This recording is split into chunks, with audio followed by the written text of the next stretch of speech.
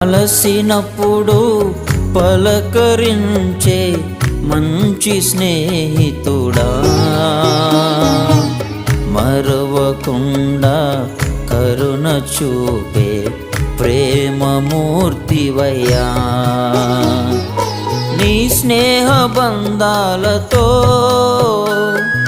బంధించిన ప్రియుడా, నీ స్నేహ బంధాలతో బంధించిన ప్రియుడా,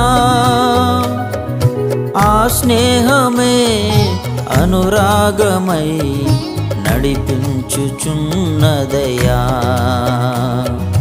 ఆ స్నేహమే అనురాగమై నడిపించుచున్నదయ్యా.